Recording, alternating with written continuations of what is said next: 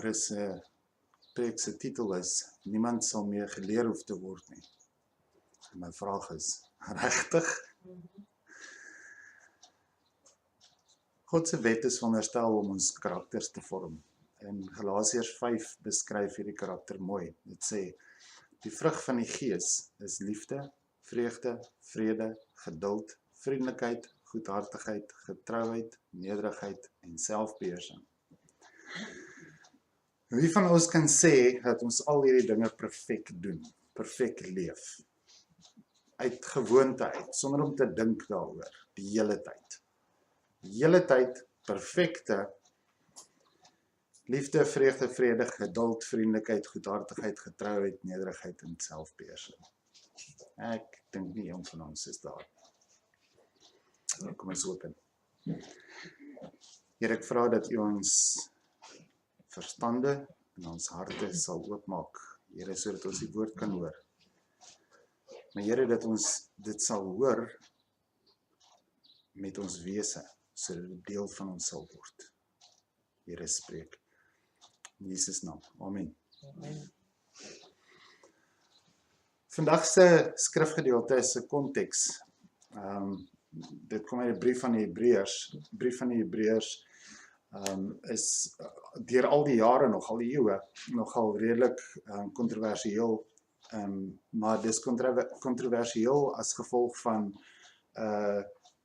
akademiese sê, hulle kan nie eens mooi uitvind of die brief oorspronklik in Grieks of Hebreeus of Aramees geskryf was nie. So vir daai redes is daar baie besprekings rondom die brief. En die brief self antwoord nie duidelik en reguit hierdie vraag nie. Dit sê nie, soos wat in van die ander briewe is van Paulus of van Petrus of so ook al nie. Die brief se naam is Hebreërs, maar selfs daai naam is eintlik maar afgelei van onderskrif wat later aan die brief aangesit was. So, daar's nie baie duidelike antwoorde nie. Dit bevraagteken nie die waarheid van die brief nie. Dit bevraagteken nie die feit dat die brief in die Bybel is nie. Dit gee net vir ons 'n klomp akademiese goeters om oor te wonder. Nou, my opinie is dit Paulus wat dit geskryf het, as gevolg van die manier wat dit geskryf is. Ek is baie sterk oortuig dat wie dit ook al geskryf het, dit was geskryf aan Hebreërs. Hebreërs was Jode. My oortuiging kom daaruit dat as jy die brief lees, dan sien jy, hierdie brief was geskryf gewees met 'n aanvaarding van Joodse kennis. Daar word kons gebruik wat nie vir nie-Jode sou verstaanbaar gewees het nie. So die manier waarop die brief geskryf is, sê dit was aan mense geskryf wat 'n Joodse agtergrond het. Ja, die gedeelte wat ons vandag behandel, fokus dan op hierdie oorgang van die ou verbond na die nuwe verbond. En ek kan dit op 'n ander manier stel. Ek kan sê 'n oorgang van Judaïsme of van Hebreërisme, na Christendom toe. So jy spesifiek vermoere se gedeelte wys my daarop dat dit was geskryf gewees aan mense met 'n Joodse agtergrond om hulle te begelei op hierdie paadjie van hulle Joodse wettiese agtergrond tot op 'n plek van geloof in Christus, dit wat Christus kom doen het. Vandag se gedeelte beskryf daai hele dingetjie. Nou, die eerste gedeelte wat ek wil lees is Hebreërs 7 vers 11 tot 28.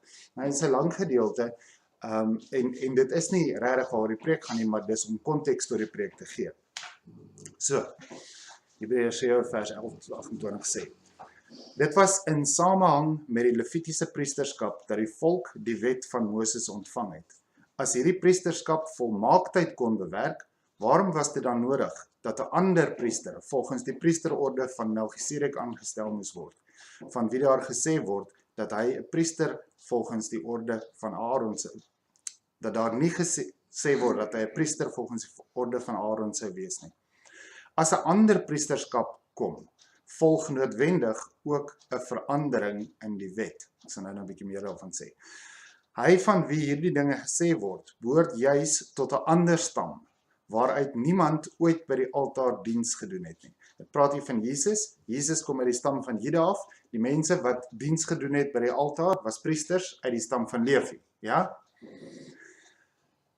Hy van wie hierdie dinge gesê word, behoort dus tot 'n ander stam, waaruit niemand ooit by die altaar diens gedoen het nie. Dit is algemeen bekend dat ons Here van Juda afstem, en in verband met daardie stam het Moses niks oor die priesterskap gesê nie. Die saak word nog duideliker as ons daarin dink dat die ander priester wat tevoorskyn tree, ooreenkom met Melchisedek.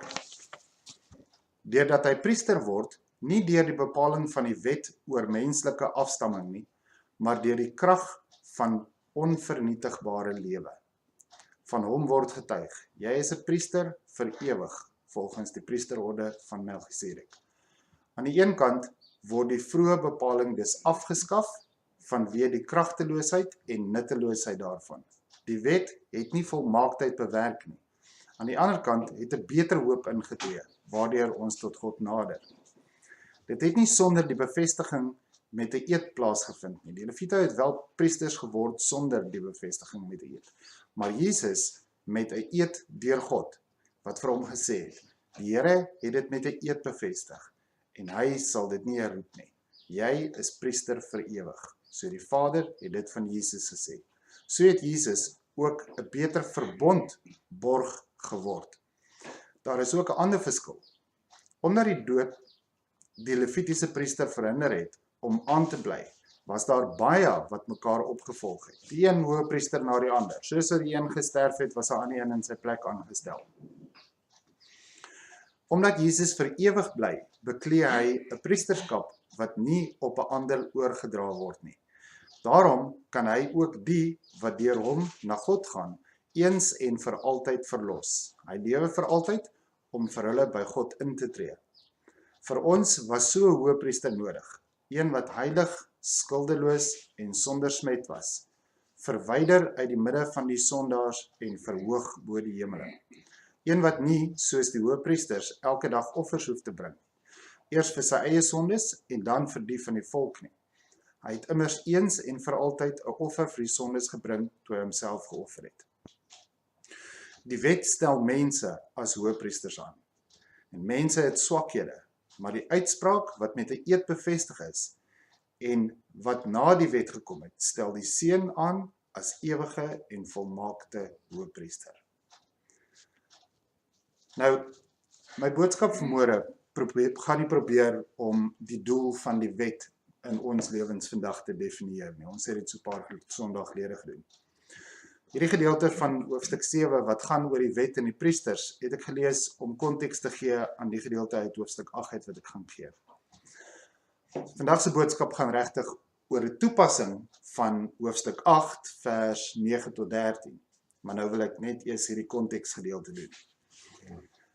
Die wet van Moses was integraal tot die Jode. Hulle kultuur, hulle godsdiens, hulle alles was gebaseer op die wet. En die priesters was die ouens wat daai wet toegepas het, geverduidelik het, gevertolk het en toegepas het, seker gemaak het dat die mense dit doen. Die hoëpriester was die ouetjie by wie die, wat sou dit nou Afrikaans wees, where the buck stop, ja? Hy is die ouetjie by wie die emmertjie leeggemaak was. Hy het die laaste sê gehad. Hy het gesê, hierdie is hoe ons die wet vertolk. Hierdie is wat die wet beteken. Ons het gesien, daar staan, elke keer as 'n nuwe hoëpriester gekom het, was daar kind of 'n nuwe wet. Basically al wat dit beteken, is dat elke hoëpriester het tog sy unieke manier gehad van die wet vertolk en sy eie fokuspunte gehad. Die een ou het sterker gevoel oor die een gedeelte van die wet, en die volgende ou het sterker gevoel oor die volgende gedeelte van die wet. En soos vir die een hoëpriester die ander opgevolg het, moes die Israeliete weer gewoond raak aan hierdie nuwe hoëpriester en sy vertolking van die wet. Nou, daai gedeelte het ook vir ons gesê, dat nie een van die priesters is perfek gewees nie. En vir daai rede moes die hoëpriester gaan offers bring vir sy eie sonde, voordat hy die volk se sonde voor die Here kon bring. Ja? As ons dan nou aanvaar, ons kan heeltemal uit daai gedeelte uit die Bybel uit, dat die hoëpriester nie perfek was nie, dan moet ons ook aanvaar dat sy vertolking van die wet nie perfek was nie. Ja? Dis half problematies. Die ou wat by wie die laaste sê is nie perfek nie. Sy siening van die wet, sy toepassing van die wet is nie perfek nie. So, hy pas 'n onperfekte wet toe op die volk en hy maak hulle sy onperfekte verstaan van die wet volg. Ja? Probleem. Vers 24 tot 27 beskryf die einde wat Jesus aan hierdie gebroke gebruike gebring het. Omdat Jesus vir ewig bly, beklee hy 'n priesterskap wat nie op 'n ander oorgedra word nie. Daarom kan hy ook die wat deur hom na God gaan, eens en vir altyd verlos. Hy lewe vir altyd om vir hulle by God in te tree.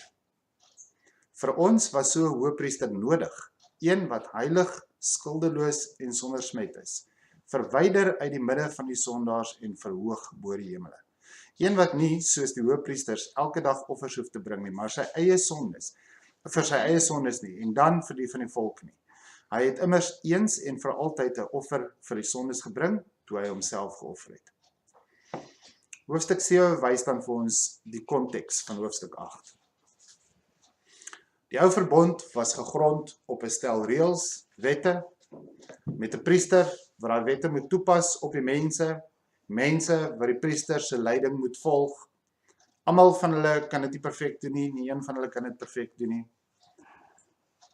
Elkeen maak sy eie foute. Hierdie foutvolle stelsel word vervang nie deur 'n volgende wet nie, maar deur 'n persoon, Jesus Christus. Jesus Christus het nooit foute gemaak nie. Hy is perfek, sondeloos. Hy het die prys vir ons sonde betaal, finaal. Klaar. So, daai job, gebroke job van die hoëpriester, hallo Prinia, was gevervang deur hierdie nuwe hoëpriester, perfek, sondeloos, die hele ding. Nou, kom ons by vandag se gedeelte, hoofstuk 8, vers 9 tot 13. Saam met hierdie nuwe priesterskap van Jesus, het daar 'n nuwe verbond gekom. Ek het gister soms so baie vinnig gaan kyk hoe die hele ding van die wet. In die Bybel, as ek nou reg onthou, word die wet pertinent in die agtergrond van wetsonderhouding 299 keer genoem. Ek meen, die wet is 'n groot ding. Nou kom ons Hebreërs 8 vers 9-13 sê. Die nuwe verbond sal nie wees soos die wat ek met hulle voorvaders gemaak het op die dag toe ek hulle aan die hand gevat het om hulle uit Egipte uit te lei nie. Want hulle het nie my verbond gehou nie. Daai verbond wat op die wet gebaseer was, Israel het nie gehou nie. En ek het hulle verwerp, sê die Here. Dit is nou die verbond wat ek met Israel na daardie dae sal sluit, sê die Here. Ek sal hulle my wette in die verstand gee en dit op hulle harte skrywe. Ek sal hulle God wees, hulle sal my volk wees. Dan hoef niemand meer sy medeburger te leer en vir sy broer te sê, jy moet die Here ken nie. Hulle almal, klein en groot, sal my ken. Oor hulle ongeregtighede sal ek genadig wees en aan hulle sondes nooit meer dink nie. Deur van 'n nuwe verbond te praat het God die eerste oud verklaar. En wat oud word en uitgedien raak, sal gou verdwyn. Hierdie nuwe verbond is gegrond op Jesus Christus. Jesus, wat vir altyd is, wat altyd sal wees, en dit wat Jesus gedoen het. Johannes 3 vers 16 som dit op en sê, God het die wêreld so lief gehad, dat hy sy enigste seun gegee het, sodat die wat in hom glo, nie verlore sal gaan nie, maar die ewige lewe sal hê. So vandag se boodskap is eenvoudig dit. Daai ou verbond van wetsonderhoud is gevervang deur 'n nuwe verbond van geloof. Elkeen wat glo, het die ewige lewe. Nou dis eenvoudig.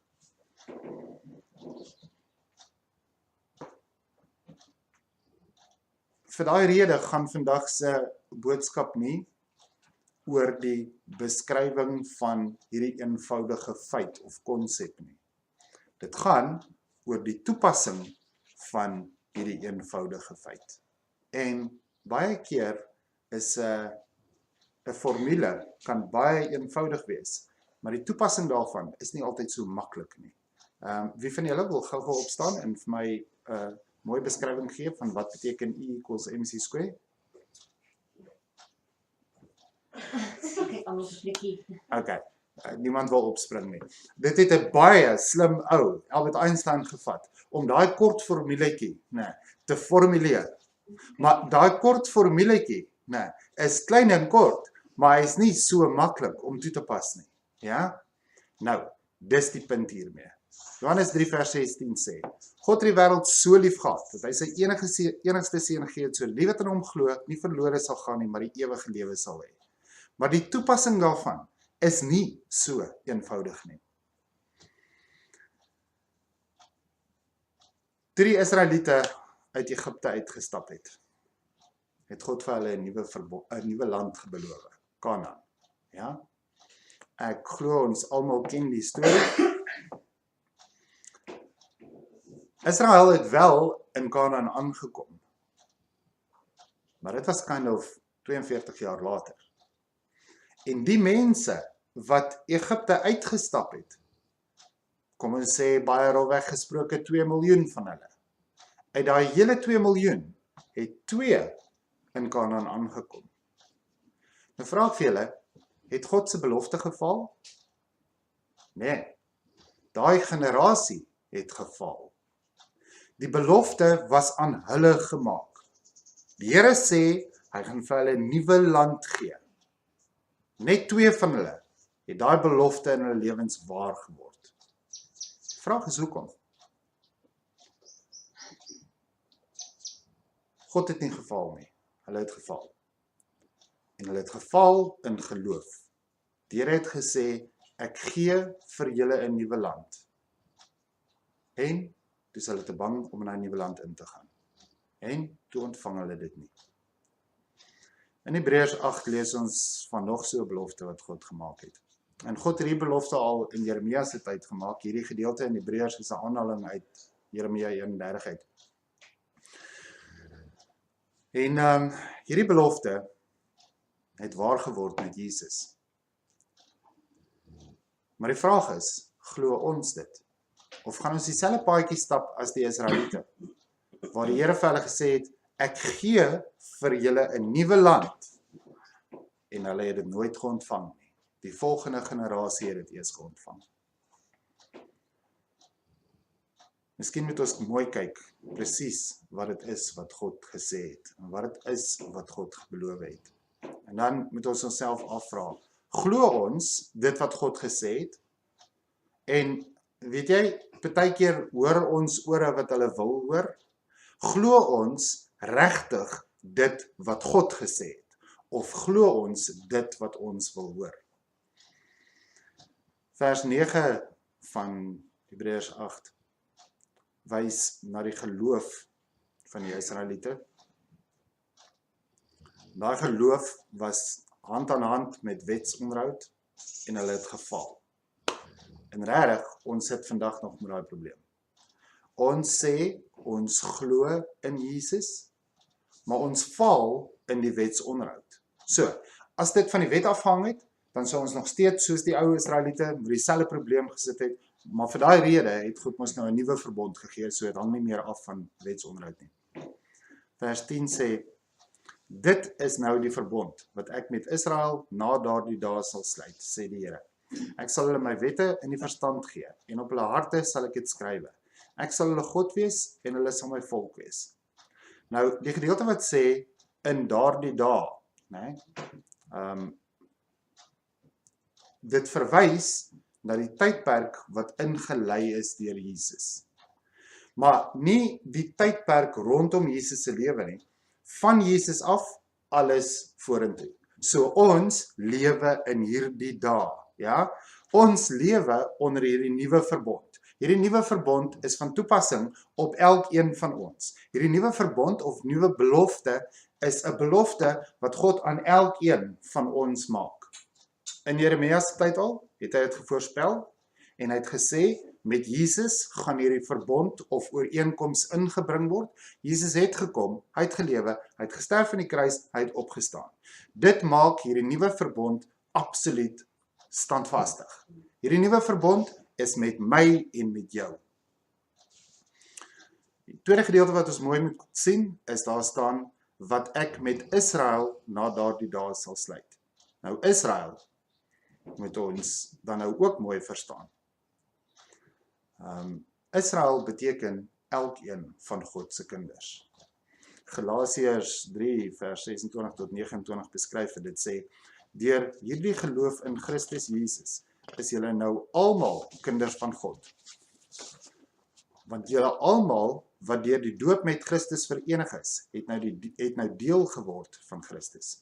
Dit maak nie saak of iemand Jood of Griek, slaaf of vry, man of vrou is nie. In Christus Jesus is julle almal een.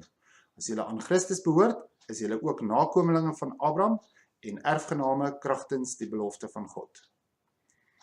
So,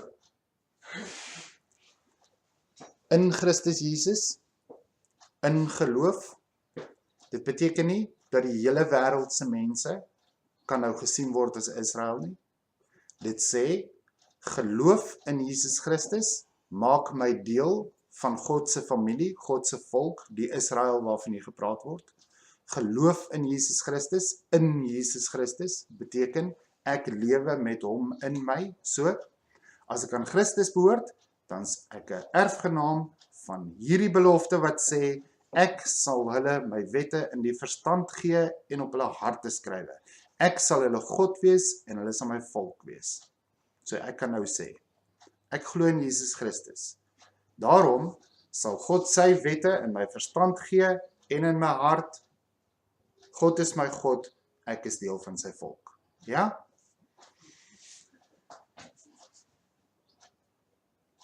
Die gedeelte wat sê, God sal sy wette in ons verstande sit, sê vir my, die kennis wat ek nodig het om God se wil te doen, sal hy in my verstand sit.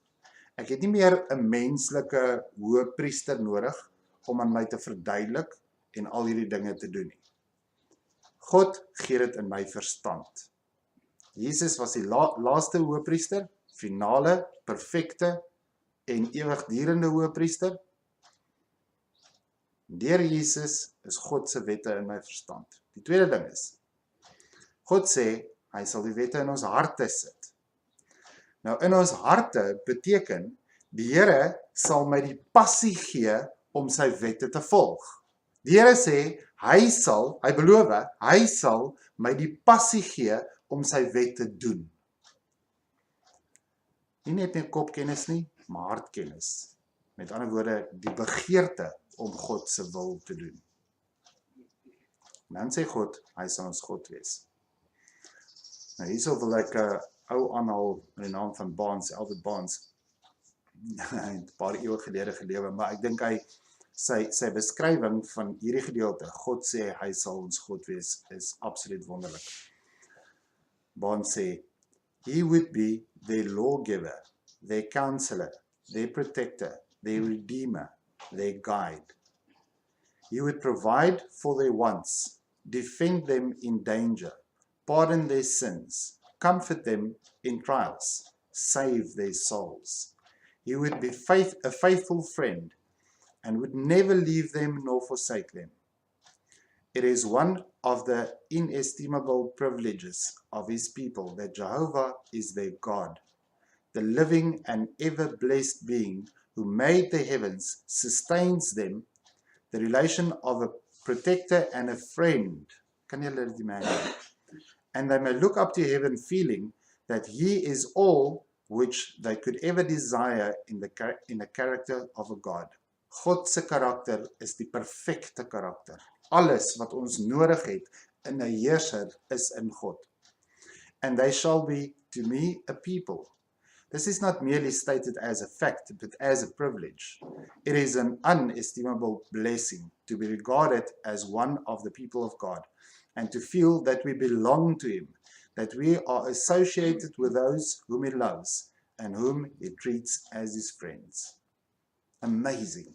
Hierdie gedagte, dat God wat elke molekuletjie en alles geskaap het, daai God sê, hy is my God. En God omvat alles. God se naam is I am. Dit omvat hierdie hele ding van vriend, van leidsman, alles. Dit omvat dit alles. Maar nou, vir die vers wat ons baie mooi moet beskou. Dan hoef niemand meer sy medeburger te leer en vir sy broer te sê, jy moet die Here ken. Hulle almal, klein en groot, sal my ken. Nou die eerste ding hier wat ons mooi insien. Dit sê nie, so, eensklaps weet die hele wêreld van God en hoef ons geen evangelisasie meer werk meer te doen nie, want die Here sê, almal sal hom ken nie. Ja? Ons moet mooi sien dat daar staan medeburger en broer. Jy sien, as dit die hele wêreld ingesluit het, dan sou Jesus, wat hierdie nuwe era ingebring het, sou hy nie hoef te gesê het in Matteus 28, gaan dan na al die nasies toe en maak die mense my disippels, doop hulle in die naam van die Vader, die Seun en die Heilige Gees en leer hulle om alles te onderhou wat ek beveel het nie. Jy sien, dan sou Jesus nie dit hoef te gesê het nie, want dan as daai gedeelte beteken het, almal op die aarde sou ewe skielik vir God ken, wel dan het Jesus nie nodig gehad om dit te sê nie. Maar daai gedeelte praat baie spesifiek met medeburger en broer.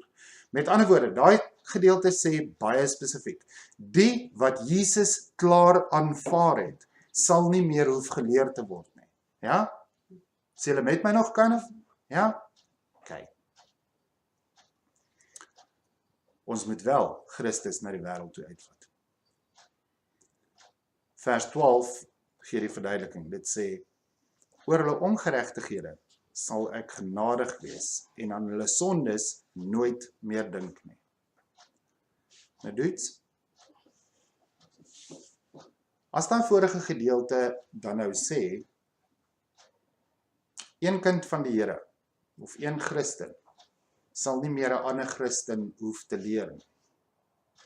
Hoekom sê vers 12 dan, hulle ongeregtighede sal ek genadig oor wees en hulle sondes nie meer dink nie.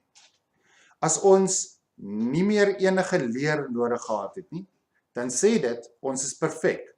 As ons perfek is, dan het ons nie meer sondes om te vergewe nie. Dan hoef vers 12 nie in die Bybel te gewees het nie. So nou sit ons met hierdie ding. Hoe harmoniseer ek hierdie twee dinge? En ek dink dit is die groot vraag vanoggend. Aan die een kant sê God, hy sal sy wet in my hart en my verstand plaas, sodat niemand my verder hoef te leer nie. Aan die ander kant sê dit, ek is nog nie perfek nie, so ek het nog baie om te leer. Hoe harmoniseer ek hierdie twee dinge? Wat beteken dit? En dis die groot vraag vanoggend. Die antwoord, as ek nou 'n analogy daarvan moet trek, sou ek weer die Israeliete gebruik, wat op pad is van Egipte af na Kanaan toe. Die Here sê vir die Israeliete, ek gee vir julle 'n nuwe land. Stap. Jy sien, die Here het nie vir hulle gesê, ek gee vir julle 'n nuwe land, en toe soos, wat was sy naam gewees? Philip, doen hy hierdie, wat noem mens dit? Wat sê? Astral travel type van ding, astral travel, en woeps, alle, op een slag is al die Israeliete in Egipte nie. Nee, dit het nie so gebeur nie. Die Here het vir hulle gesê, ek gee vir julle 'n nuwe land, stap so intoe. Toe stap hulle so intoe. 2 jaar. Kom hulle by die Jordaanrivier. En toe glo hulle nie wat God vir hulle gesê het nie. En daai generasie het nie Kanaan ingegaan nie. Die Here maak vir ons so 'n belofte. Hy sê, ek sal my wette in jou hart en jou verstand sit. Stap nou op hierdie pad daarna toe. Stap nou op hierdie pad na kennis in jou kop en passie in jou hart. Stap nou, maar stap in die geloof dat God gaan dit vir jou gee.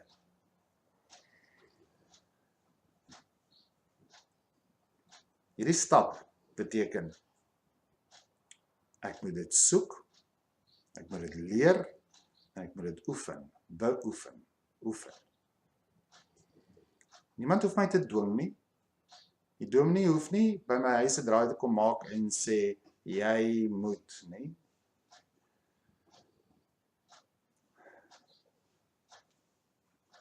Elkeen van ons sal daai begeerte in ons hê.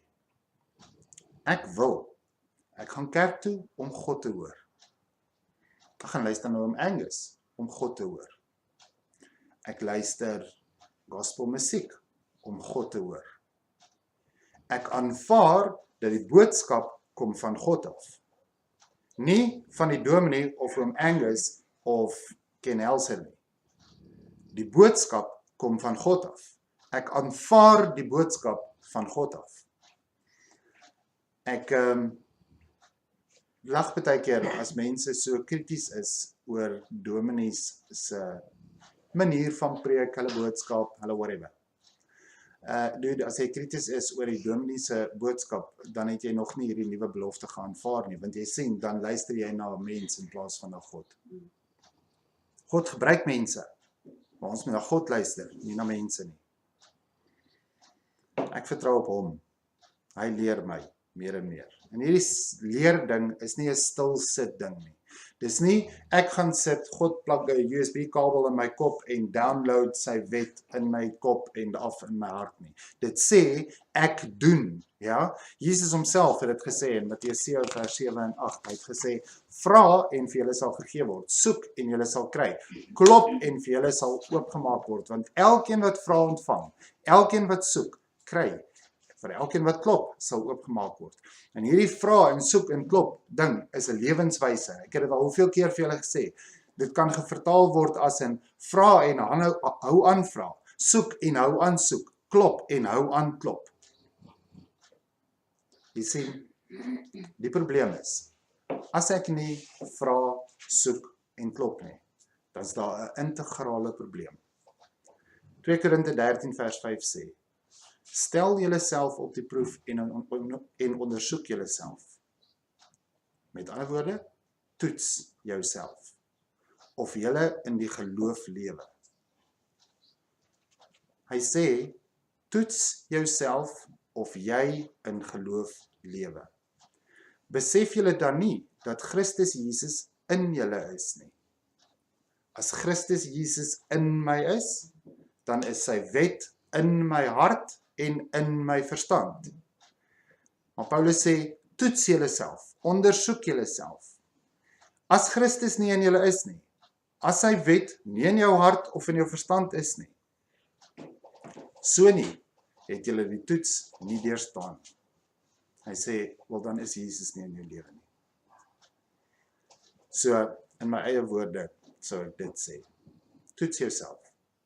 Het jy die wil om meer soos Jesus te word? Het jy die wil om te leer?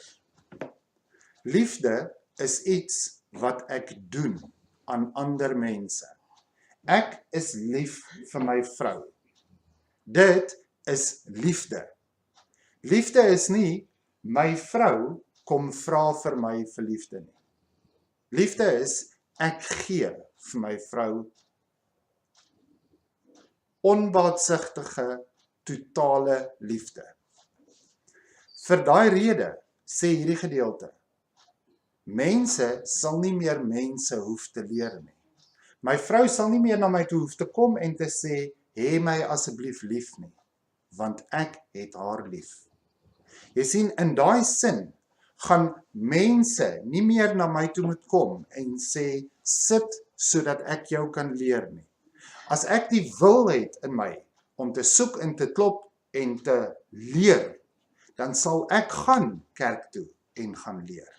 En dis wat hierdie gedeelte sê. Hierdie gedeelte sê nie, ons is perfek nie. Dit sê nie, ons het niks meer oor om te leer nie. Ek het in die begin vir julle gevra, wie van julle kan sê, dat julle daai vrugte van die Gees perfek lewe? Nee, nie een van ons kan dit sê nie. Maar as ek wil, liefde, vreugde en vrede in al 9 van hulle lewe, op soek is daarna, dan is God in my hart en in my verstand. So ek sou dit so stel. As jy jouself toets, en jy het nie die wil om meer soos Jesus te word nie, jy het nie die wil om te leer nie, wel, eenvoudig, vra dan vir Jesus om jou God te word.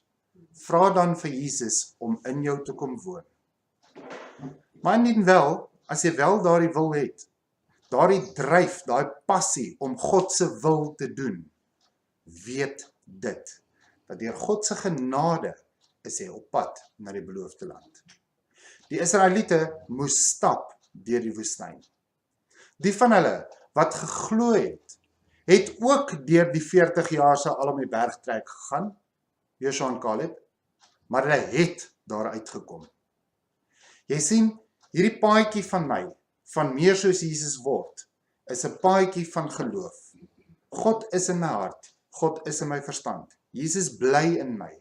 En daarom gaan ek elke dag daai vrugte van die Gees lewe. Beter en beter en beter, met 'n passie, want ek wil. En daarom is ek op pad na die beloofde land.